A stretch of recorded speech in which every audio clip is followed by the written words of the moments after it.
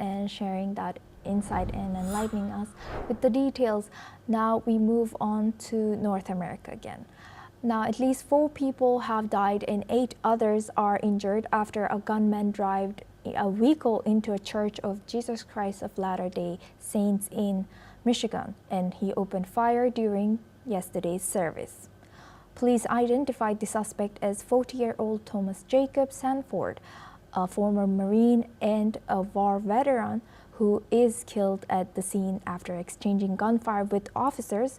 Authorities say he also set the building on fire and 3 improvised explosive devices are recovered. Investigators believe more victims could be found in the rubble as the chapel is now total loss. The FBI is leading the case, calling it an act of targeted violence. President Donald Trump, Vice President J.D. Vance, and Michigan Governor Gretchen Whitmer all condemned the attack and expressed condolences as the investigation continues. Now for this discussion, we're joined by Thomas Porteous. He's my colleague and correspondent, joins us live from New York. Thank you, Thomas, for joining us again. Now, given the details of the attack, including gunmen's past, how do you think this incident will shed light on the broader issue of veterans? Well, yes, Asuma. Details of this horrific attack are slowly creeping through. And of course, the gun violence in the UK remains the US remains a huge issue. Hundreds of mass shootings here in the United States every year. However, each state has their own laws. Now, what's interesting about this one is that Michigan itself has relatively strict gun laws. You have to conceal weapons in the state. You have to go through relatively strict background checks in order to purchase a weapon that this suspect used. And they're relatively rare here. Now, Flint is a kind of which is where this attack took place. Is a quiet town, of course, where things like this are extremely unexpected and unprecedented. What we know about this is that, of course, this attacker drove this vehicle into this church and had explosives in his car and opened fire on the crowd. Of course, very grisly images there. And, of course, we don't quite know what, in particular, the motive of the attack was. What we do know is that he was a U.S. Marine, a U.S. soldier, previously deployed in Iraq over 10 years ago now, but there's no inkling so far what did cause this attack.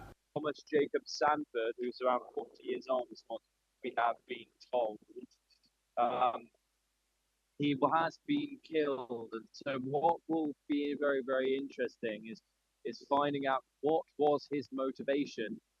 But of course, the thing is, when shootings like this happen around elsewhere in the world, you'd expect to see some sort of legislative action.